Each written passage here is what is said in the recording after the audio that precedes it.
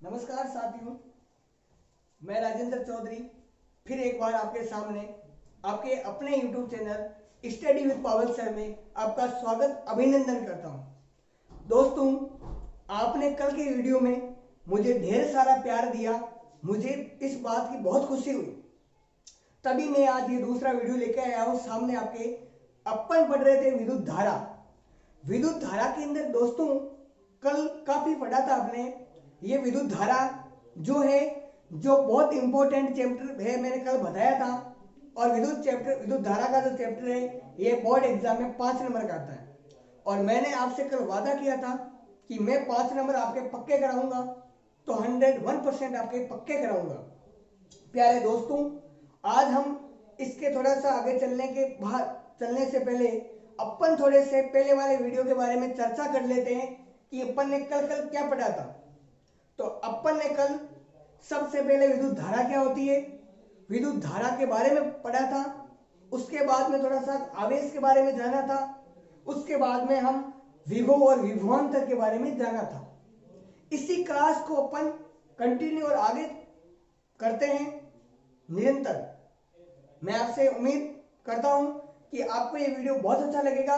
साथियों, इस वीडियो को आप अनंत तक जरूर देखें। प्यारे साथियों, आज का अपना प्यारा सा टॉपिक है विद्युत परिपथ में उपयोगी उपकरण। विद्युत परिपथ में उपयोगी उपकरण।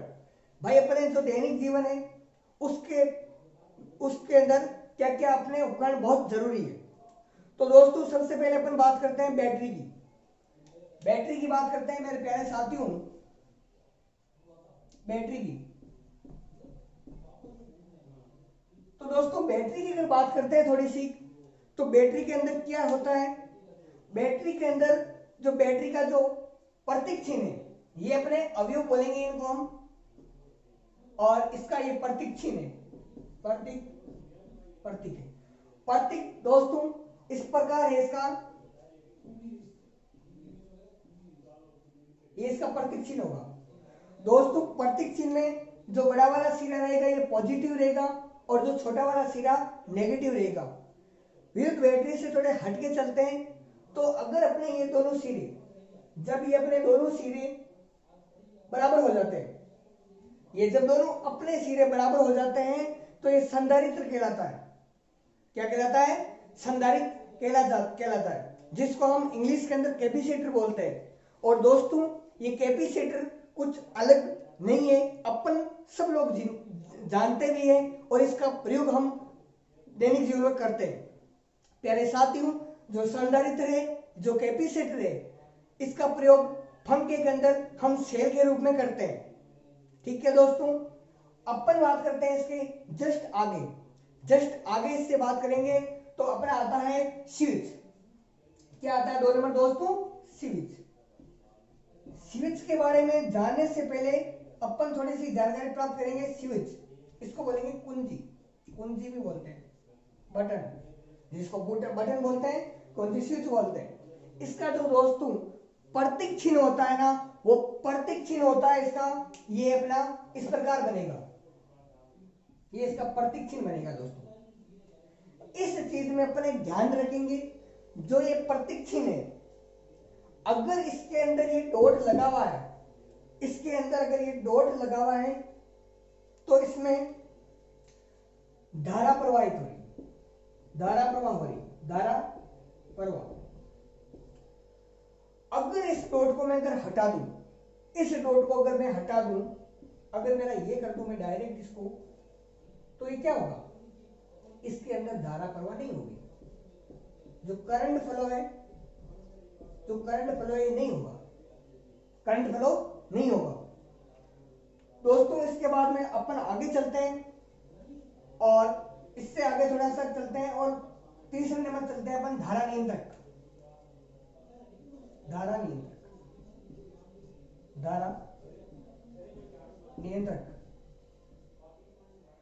नियंत्रक की अगर दोस्तों बात करते हैं, इसका प्रतीक चिन्ह होता है, वो होता है इस प्रकार, प्रतीक चिन्ह होता है ये इसका। धारा नियंत्रक में क्या होता है दोस्तों? धारा नियंत्रक के अंदर ये जो धारा का क्या करता है? कंट्रोल करता है धारा को। और इस धारा को अपन बदल सकते हैं अपने हिसाब से। इस धारा को क्या करेंगे, अपने हिसाब से इसको क्या करें, बदल सकते हैं। धारा को क्या करेंगे, धारा को अपने हिसाब से बदल देंगे, अपने हिसाब से बदल देंगे, बदल सकते हैं। प्यारे साथियों, ये अपने प्रतीक चिन्ह है। इससे जस्ट अगर अपन आगे चलते हैं तो इसके बाद में आता है अपना वोल्टमीटर। क्या आता है, वोल्टमीटर। दोस्तों वोल्टमीटर की बात करते हैं अपन। वोल्टमीटर जिससे V से अपन डिनोट करेंगे, ठीक है। और इसका जो प्रतीक चिन्ह होगा वो इस प्रकार होगा। वोल्टमीटर क्या करता है दोस्तों, ये वोल्टमीटर जो है वोल्टेज डिफरेंस की जो वोल्टेज डिफरेंस है को मापने के लिए जो डिवाइस का प्रयोग करते हैं, जिस युक्ति का प्रयोग करते हैं, वोल्टेज डिफरेंस को मापने के लिए हम जिस युक्ति का प्रयोग करते हैं, ये वोल्टमीटर कहलाता है। और इसके बाद में अपन ने बढ़िया तरीके से देख लिया था, जान लिया था। और दोस्तों वोल्टमीटर की अगर थोड़ी सी बात करूं तो वोल्टमीटर को हमेशा समांतर क्रम में लगाया जाता है।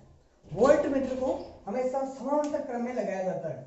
वोल्टमीटर को समांतर क्रम में लगाया जाता है। वोल्टमीटर को समांतर क्रम में लगाया जाता है।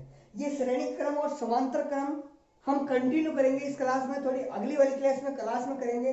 उससे पहले देख लेते हैं इसके बाद में एमीटर। क्या है दोस्तों, अपना एमीटर। तो 5 नंबर जो आएगा अपना एमीटर, क्या आएगा दोस्तों, एमीटर। एमीटर का जो प्रतीक चिन्ह होता है ना दोस्तों, एमीटर का जो प्रतीक चिन्ह होता है वो अपना इस प्रकार होगा। ये एमीटर का होगा प्रतीक चिन्ह। दोस्तों एमीटर के बारे में मैंने कल के वीडियो में बहुत अच्छी तरीके से बताया था कि एमीटर का काम क्या होता है। तो प्यारे दोस्तों, एमीटर का काम ये होता है, मान लो कोई सर्किट है, कोई अपना विद्युत परिपथ है, इलेक्ट्रिक सर्किट है, उसके अंदर कितनी धारा बह रही है, उस धारा को मापने के लिए हम जिस डिवाइस का प्रयोग करेंगे उसे हम एमीटर कहते हैं, उसको अपन एमीटर कहेंगे। अपने एमीटर के बारे में जान लिया, वोल्टमीटर के बारे में जान लिया, धारा नियंत्रक के बारे में जान लिया। इसके बाद में दोस्तों आता है विद्युत बल्ब का साथियों इस प्रकार जो होगा, ये होगा अपना विद्युत बल्ब अपने दैनिक जीवन में काम में लेते हैं। ये विद्युत बल्ब 100 वाट का, 50 वाट का, 200 वाट का, ये वाट का होता है, बल्ब होता है, ठीक है। और इसके बाद में एक आता है प्रतिरोध। 7 नंबर जो आएगा वो आएगा प्रतिरोध। क्या आएगा दोस्तों, प्रतिरोध। इसको अपन R से डिनोट करते हैं। क्या प्रतिरोध है, इसको हम R से डिनोट करते हैं। प्यारे दोस्तों, इसे हम R से डिनोट करेंगे। और प्रतिरोध को जब हम आगे वाली क्लास के बारे में पूर्ण रूप से इसको पढ़ेंगे कि प्रतिरोध होता क्या है, ठीक है। प्यारे दोस्तों, इस चीज को आप आराम से नोट डाउन करो कॉपी के अंदर। और इस वीडियो के बारे में मैं बता दूं, अगर कोई चीज समझ में नहीं आती है तो वीडियो को आप आराम से बार देख सकते हो, ठीक है। इस वीडियो को आप क्या करोगे, नोट डाउन करो। फिर पढ़ते हैं हम आगे।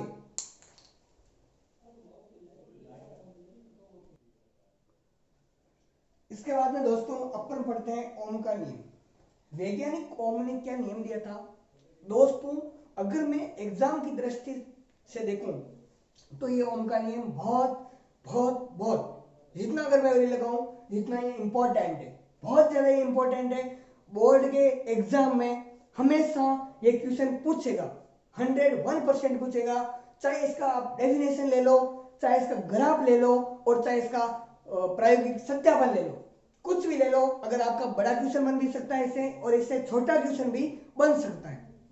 प्यारे दोस्तों, ओम ने क्या कहा था, ओम ने क्या बोला था, तो वैज्ञानिक ओम ने कहा था कि यदि किसी चालक तार की भौतिक अवस्थाओं को नियत रखेंगे। यहां से दोस्तों भौतिक अवस्थाओं को नियत रखने का क्या मतलब है?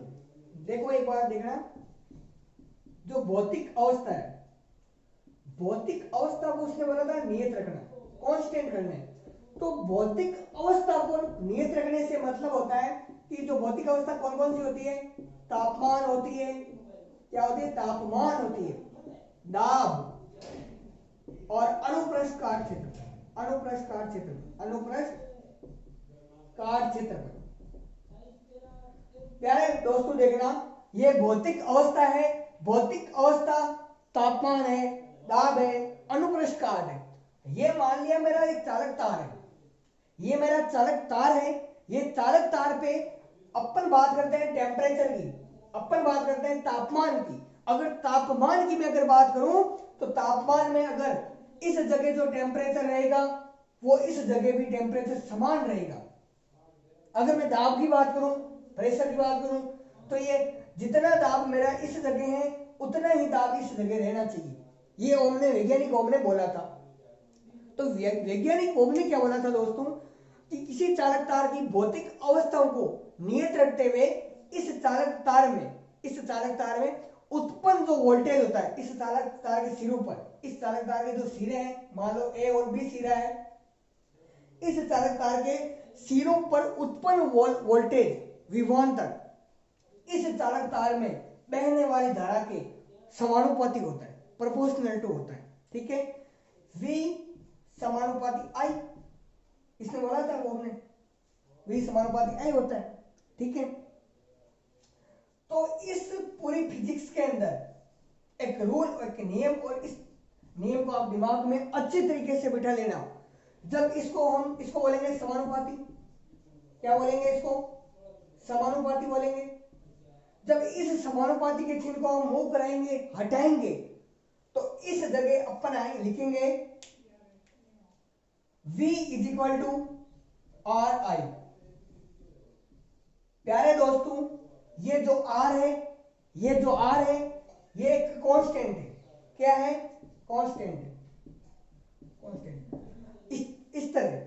तो इस R, ये R है, इसका जो बनेगा वो बन जाएगा, इसको हम वोल्ट लिख देंगे। क्या लिख देंगे? वोल्ट लिख देंगे। अब इसके बाद में एक नई टर्म्स आती है, एक नई इससे समीकरण बनता है, जो समीकरण बहुत इंपॉर्टेंट है, जो हमेशा अपने एग्जाम में जो न्यूमेरिकल क्वेश्चन आते हैं ओम के नियम से, जो आपके न्यूमेरिकल क्वेश्चन बनेंगे वो उस फॉर्मूले से आराम से आप कर सकते हो। न्यूमेरिकल के लिए अपन लिखेंगे, जो अपना ये R है, इसको अपन लिखेंगे V upon I, V upon I, और R is equal to V upon I। इसका जो इसको लिखेंगे तो इसने ओम ने इतनी रामायण गाई थी, इतना महाभारत करी थी उसने, तो क्यों नहीं इसके नाम, इसका ओम से रखते हैं, ओम रखते हैं। इस मात्रक क्या रखेंगे? ओम रखेंगे। इसके बाद दोस्तों अगर बात करते हैं अपन पूरे डिटेल के अंदर, ये तो मैंने आपको एक समझाया है, अगर डिटेल के अंदर मैं आपको बारे में पूरा बताऊं इसके ओम में, फिर ओम ने इसके बारे में बताने के बाद में उसने प्रायोगिक सत्यापन भी किया था कि क्या ये जो मैंने चीज बताई है प्रैक्टिकल, जो थ्योरेटिकल रूप से मैंने बताई वो चीज तो मेरी सही है, लेकिन क्या ये प्रैक्टिकल रूप से भी सत्य है कि नहीं, तो इस चीज को उसने समझाया। तो उसने अपन देखते हैं क्या बताया था। अपन पर आराम से डिटेल में पढ़ेंगे इस नियम को, क्योंकि बोर्ड क्लास के रूप से किसी भी एग्जाम में ले लो ओम का नियम जरूर पूछता है, 100% ओम के नियम के बारे में पूछता है। चाहे ओम के नियम से वो कुछ भी क्वेश्चन उठा के दे दे, लेकिन अपने को एग्जाम में इसका जो मिलेगा अपने को जरूर मिलेगा। तो सबसे पहले हम ओम का नियम पढ़ेंगे। ओम ने क्या कहा था? ओम ने बोला था दोस्तों, यदि किसी चालक तार की, यदि किसी चालक तार की भौतिक अवस्थाओं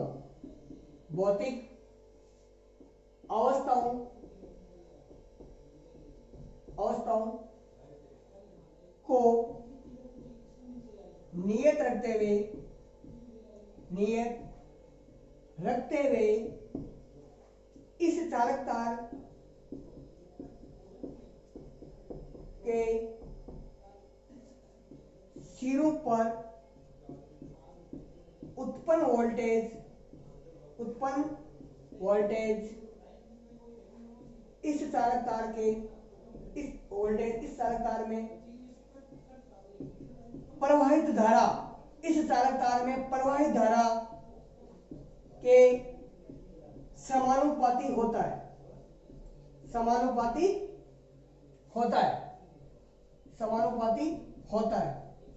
वैज्ञानिक ने बताया था कि यदि किसी चालक तार की जो भौतिक अवस्था है, भौतिक अवस्था को नियत रखते हुए इस चालक तार के सिरों पर उत्पन्न वोल्टेज इस चालक तार में प्रवाहित धारा के समानुपाती होता है। यानी कि अपन लिख सकते हैं V proportional to I। V का मतलब वोल्टेज, I का मतलब करंट, जो धारा। ये चीज बताई थी। इसके बाद में इसको करेंगे आगे सोल्व, कंटिन्यू, प्लीज कंटिन्यू इसके आगे करेंगे। तो इसको हमने पहले भी मैंने बताया कि इसको क्या करेंगे, रिमूव करेंगे, हटाएंगे। इसको क्या करेंगे, रिमूव करेंगे, हटाएंगे। तो इस चिन्ह को हटाएंगे तो अपना क्या आ जाएगा, V is equal to R और I, और इसको अपन वोल्ट बोलेंगे। क्या बोलेंगे प्यारे दोस्तों, इसको अपन वोल्ट बोलेंगे।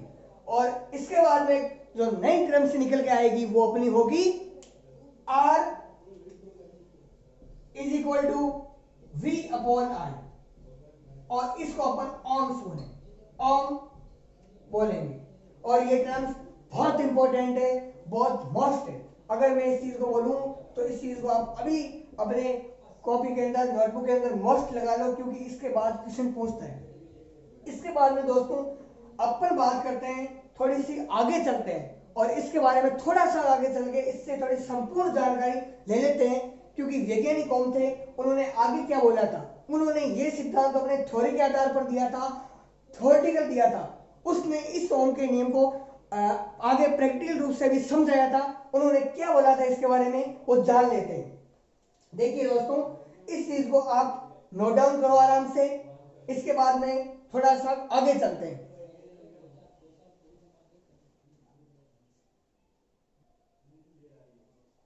देखो दोस्तों, इसके बाद चलते हैं पर एक ओम की परिभाषा। अपन ने अभी तक फॉर्मूला पढ़ा था, एक सूत्र देखा था, R is equal to V upon I।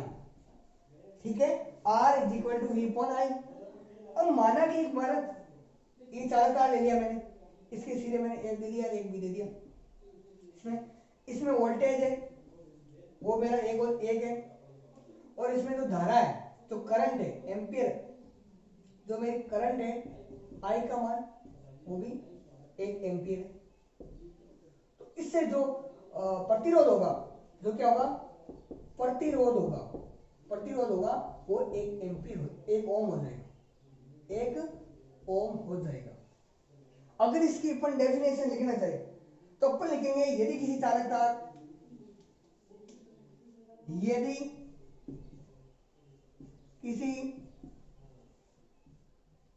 तार चालक तार में 1 एम्पियर धारा प्रवाहित हो रही है, 1 एम्पियर धारा प्रवाहित हो रही है, तो इस चालक तार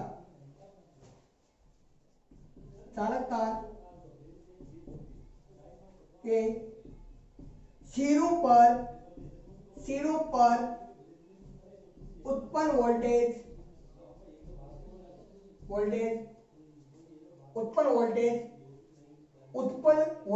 1 वोल्ट होगा, उत्पन्न वोल्टेज 1 वोल्टेज होगा।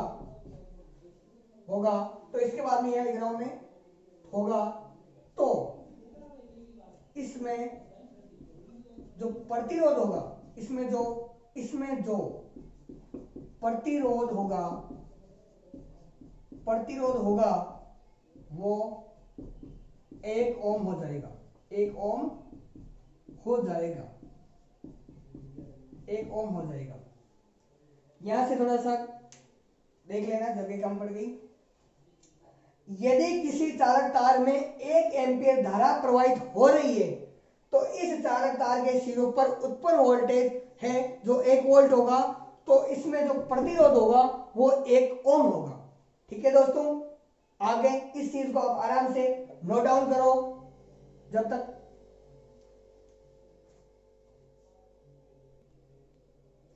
देखो दोस्तों, अपन बात करते हैं इसके बाद ओम के नियम का प्रायोगिक सत्यापन। ओम ने प्रैक्टिकल रूप से क्या बोला था, उसने प्रैक्टिकल क्या किया था, तो हम देखते हैं। उसने क्या लिया, सबसे पहले एक चालक तार लिया। देखो दोस्तों, उसने सबसे पहले क्या लिया, एक चालक तार लिया। ये उसने चालक तार ले लिया, ठीक है, ये उसने क्या लिया, चालक तार ले लिया। और जो ये चालक तार लिया उसने, उस चालक तार, इसके बाद इसने यहां पर बैटरी लगा दी, बैटरी लगा दी उसने, और इसके समांतर क्रम में उसने क्या जोड़ दिया, इसके समांतर क्रम में लगे हाथ उसने एमीटर जोड़ दिया, और इसके बाद में उसने रियोस्टेट जोड़ दिया। वैसे इसकी जरूरत नहीं है, आप लिख सकते हो उसको, ठीक है, थोड़ा टेढ़ा मेढ़ा बन रहा है। देखो दोस्तों, उसने क्या लिया, सबसे पहले चालक तार लिया, और चालक तार के बाद में उसने बैटरी ली, बैटरी के बाद में उसने बैटरी के समांतर क्रम में उसने एमीटर जोड़ दिया। क्या जोड़ा, एमीटर जोड़ा, और एमीटर के बाद में यहां उसने धारा नियंत्रक जोड़ दी, रियोस्टेट, इसको हम रियोस्टेट बोलेंगे, उसने रियोस्टेट लगा दिया। इसके बाद में उसने क्या किया, इसके बाद उसने कुंजी लगाई, बटन लगाया और यहां जोड़ दिया, और इसके बाद में इसकी समांतर क्रम में एक वोल्टेज लगा दिया। ठीक है, समांतर क्रम में उसने वोल्टेज लगा दिया। देखो दोस्तों, उसने सबसे पहले क्या किया, उसने सबसे पहले एक चालक तार लिया, और जो चालक तार लिया उस चालक तार के यहाँ बैटरी लगा दी, और बैटरी के यहां पर उसने एमीटर जोड़ दिया। एमीटर के बाद में उसने जो ये एमीटर है ये श्रेणी क्रम में जोड़ दिया, यहाँ उसने रियोस्टेट लगा दिया, और इसके बाद में इन्होंने कुंजी लगाई, बटन लगाया, बटन का मैंने काम बताया था, और उसने यहाँ पर इसके समांतर क्रम में वोल्टेज लगा दिया। वोल्टेज को अपन क्या करेंगे, हमेशा समांतर क्रम में ही लगाएंगे। अब देखना दोस्तों, मैंने स्विच के बारे में थोड़ा सा पहले बताया था कि अगर यहाँ पर डॉट है तो इस परिपथ, इस सर्किट में धारा बहेगी। अगर मेरा इस जगह डॉट नहीं होगा तो इस परिपथ, इस सर्किट में धारा नहीं बहेगी। तो यहाँ पर डॉट है, इसका मतलब अगर ये स्विच धारा बह रही है, इस स्विच को मैंने जैसे ही चालू किया, जैसे मैंने इस बटन को दबाया, यहां से मैंने दबाते ही इसका मैंने स्विच को ऑन करते ही पूरे सर्किट के अंदर धारा प्रवाह होने लगे, करंट फ्लो होने लगे, और जैसे ही करंट फ्लो होने लग गया, इसके बाद में उसने जो धारा है, कितनी धारा बह रही है, उसने मापने के लिए एमीटर का प्रयोग कर दिया, और उस वो वोल्ट कितने वोल्ट की है तो उसने वोल्टेज को भी लगा लिया। इसने इस चीज से देखा कि ये समानुपाती होता है, जो एम्पियर है, जो ये धारा है, ये वोल्टेज की क्या होगी, प्रोपोर्शनल टू होगी, समानुपाती होगी। इसके बाद में इसने क्या किया प्यारे विद्यार्थियों, इसके बाद में इसने दोस्तों, इसके बाद में इसने एक ग्राफ बनाया। क्या बनाया दोस्तों, इसके बाद में इसने एक ग्राफ बनाया। इसने क्या किया, ग्राफ बनाया, और जो ये ग्राफ बनाया, इस ग्राफ में उसने एक्सेस, और ये यहां पर एक्स एक्स पर उसने धारा ले ली, और इस जगह उसने वोल्टेज ले लिया। इस जगह उसने क्या लिया, वोल्टेज ले लिया, इसने वोल्टेज ले लिया, और इसका जो ग्राफ बनाया इसने स्ट्रेट बना दिया, एकदम सरल रेखा, इसको बोलेंगे सरल रेखा। इसने बोल दिया सरल रेखा, सरल रेखा में इसका जो ग्राफ वो प्राप्त हुआ। देखो दोस्तों, यहां तक आप इसको नोट कर लो। ये ग्राफ एक एग्जाम, बोर्ड के एग्जाम में पूछा था, सीधा ग्राफ पूछा था 1 नंबर का, कि जो ओम का नियम है उसमें विद्युत धारा और जो वोल्टेज है इसके बीच में कैसा ग्राफ प्राप्त होता है, तो उसने बताया था कि सरल रेखा में ग्राफ प्राप्त होता है। इसके बाद में दोस्तों अपन इसको नोट डाउन करो, एक प्यारा सा छोटा सा ओम के नियम के आधारित पर कैसा न्यूमेरिकल आता है, वो न्यूमेरिकल भी अपने कर लेते हैं। देखो इसको नोट डाउन करो। देखो दोस्तों, चाहे आई और वी के बीच ग्राफ हो, चाहे वी और आई के बीच ग्राफ हो, ये हमेशा सरल रेखा में होगा। जो इसकी प्रवणता होगी ना, वो चेंज हो सकती है, लेकिन ये अभी इस लेवल पे नहीं है, इसलिए अपने को इतना ही ध्यान रखना है, चाहे v और i के बीच ग्राफ हो, चाहे i और v के बीच ग्राफ हो, ये हमेशा सरल रेखा में ही होगा। इसको आप नोट डाउन करो।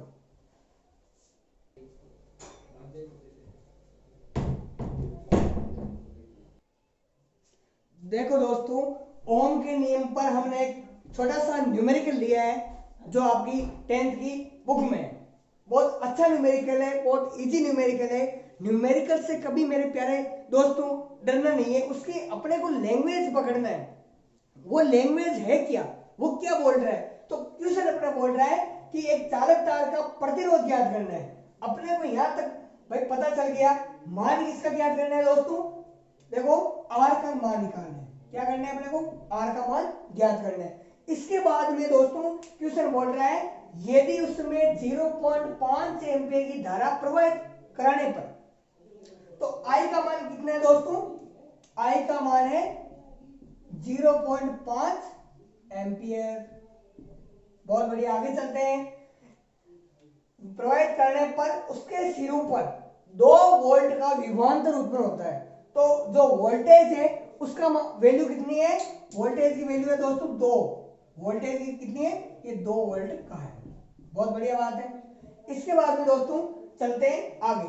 हमने ओम के नियम में एक न्यूमेरिक एक फॉर्मूला पढ़ा था, और मैंने उस फॉर्मूले को बताते टाइम आपको बताया था ये कि देख रहे दोस्तों, इसका हो जाएगा R is equal to V upon I. R is equal to V upon I. R V का मान अपने पास है, I की जो वैल्यू है वो अपने पास है, तो अपने को सिर्फ R का मान ज्ञात करना है। अपन आसानी से कर लेंगे इस चीज को। तो देखो दोस्तों, मैंने क्या किया, मैंने R is equal to V की वैल्यू मैंने पुट कर दी 2 कर दी, ठीक है। और मैंने I की वैल्यू कर दी 0.5। अब मैं क्या करूंगा दोस्तों, इस पॉइंट को यहां से हटाऊंगा, तो यहां क्या आ जाएगा, 0 आ जाएगा। और जब 5 के पहाड़े से इसको जब मैं काटूंगा, तो जो R की वैल्यू आ जाएगी दोस्तों, वो 4 ओम आ जाएगी। ये अपना छोटा सा न्यूमेरिकल था, बहुत इजी था। कभी कभार एग्जाम के अंदर ये क्वेश्चन अपने डायरेक्ट 2 नंबर का पूछ सकता है। और ओम के नियम में मैंने बताया था, चाहे इसके न्यूमेरिकल पूछो, प्रायोगिक पूछो, चाहे इसका थ्योरेटिकल क्वेश्चन पूछो, 101% क्वेश्चन आता है। तो दोस्तों मुझे उम्मीद है कि ये वीडियो बहुत अच्छा लगा होगा, ये क्लास आपको बहुत अच्छी लगी होगी। तो ये अगर क्लास अच्छी लगी है तो इस जो स्टडी विद बाबल सर है, इस चैनल को आप सब्सक्राइब कर दें, और ज्यादा से ज्यादा इस क्लास को लाइक करें और शेयर करें। धन्यवाद, थैंक्स।